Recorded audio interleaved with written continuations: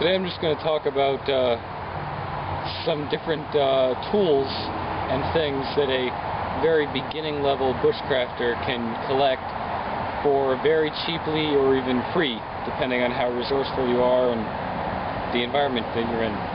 Right here I'm in my backyard, my house is behind me. I'm fortunate, I have an incredible backyard. It's pretty large, it's a lot of trees, a lot of woods, and then up behind me my neighbors have plenty of woods too, and they let me go on there and collect sticks and other things for bushcrafting tasks.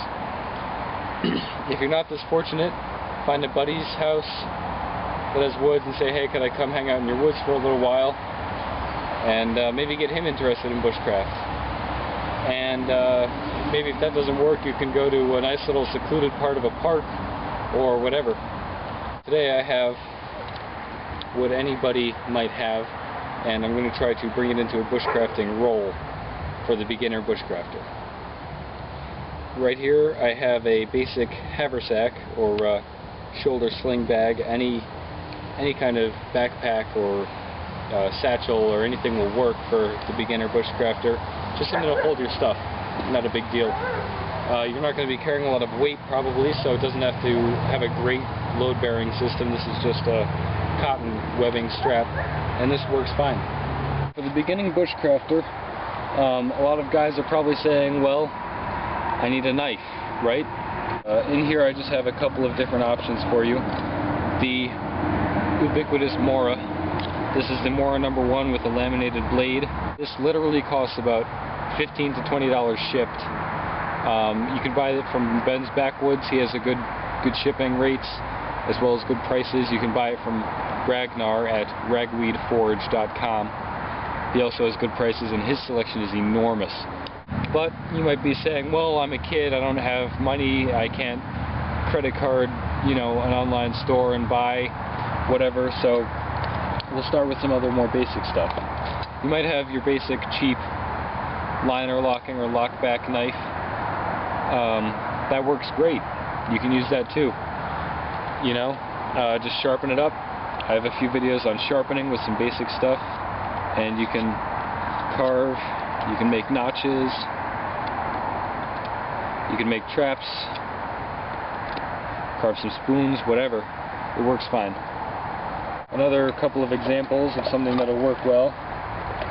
Let's see here. I have a Victorinox basic Swiss Army knife, like you might have as your first knife, or just laying around the house. Your mom or dad might have one. Also works great. Carve notches, make points on sticks, make feather sticks. Works great. A lot of these also have a saw, as well as something like an awl, which are also handy in bushcraft. Another example, a lockback folder with wood scales, and again, same deal. Cuts, it makes notches. You don't really need much more from a knife than that. Another cheap knife is the Opinel folding knife from France traditionally, which is a very good knife. That was another one of my favorites at one point. And here I have a neck knife that I made a couple of years ago, back when I was very beginning and I didn't have any good knives and I wanted a fixed blade. And this was a paring knife, and I cut a little bit off the tip, a little bit of length, and with a file and a basic two-sided stone, or maybe it was a brick, I don't remember, and a few pieces of sanding paper that I found laying around, I made it into a neat little bushcraft neck knife sort of thing with a full convex grind before I knew what a convex grind was. And this will do the same stuff. It cuts, it notches, works fine. I made the sheath out of a chamois, or a chamois, which is just some thin leather, and I used a piece of wood liner that I carved out to take the shape of the knife, more or less. Then I just hung it from my neck. Another one, very similar story, a kitchen steak knife that I ground the serrations off of using a bench grinder, and then I put a full convex grind on using a large cinder block, and this does all the same stuff. It cuts fine, makes notches, And this you can get for free if you have like an old set of kitchen knives laying around that nobody cares about anymore. You just nab one maybe. Or go to a pawn shop and get it for 10 cents or something out of the box. You also need to stay hydrated. And a lot of the guys carry like the U.S. Canteen military surplus with the nesting cup. You don't need that to begin with, since you're going to be in your front yard or down the street, whatever. Just do something to carry water, and you probably already have water bottles like a Nalgene, or even just a disposable water bottle. Works fine. Nothing fancy. You might be looking to maybe practice fire making.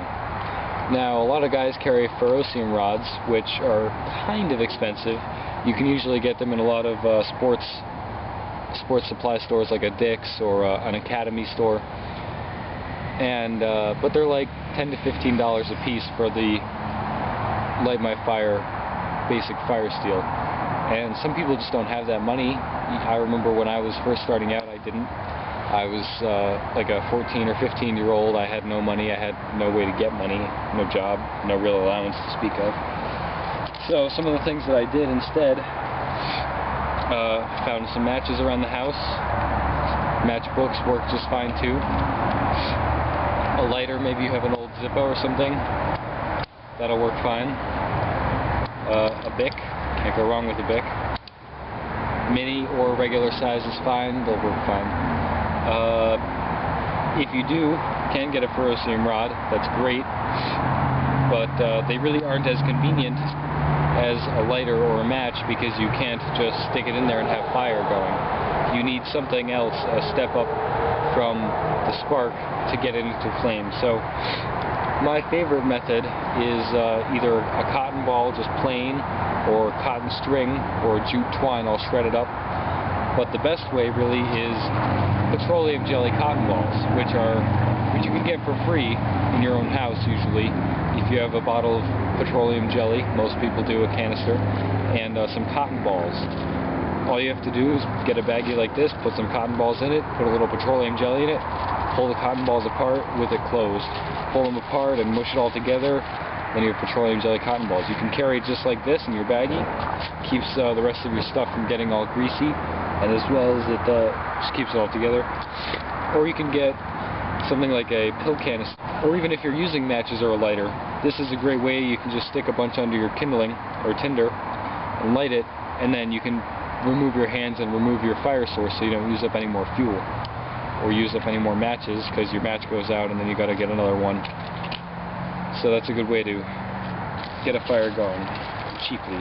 And now, what if you start getting into some of the more complicated traps, or you just want to make some different crafts that need string? Well, you say, I can't order paracord online, and it's kind of expensive anyways, so what can I use instead? The answer is anything. I've got just some basic nylon kite string, which is great. Works fine. I have some jute twine. I just have a piece here. I didn't want to bring the whole roll out. Just jute twine. Almost everybody has some kind of cotton or jute twine, or even nylon twine laying around. Just grab some. You don't need a whole lot, but grab a roll. You can even get it at the hardware store or at a Walmart you can get a whole big roll for a couple of bucks.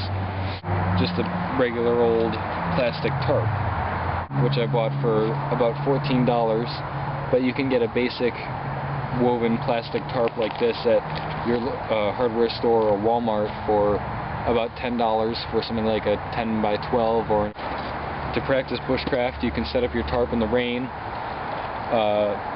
and then you can sit under it and you can carve. You have your water source, which is very important. You have a knife that you already own, or that you can buy for very cheap.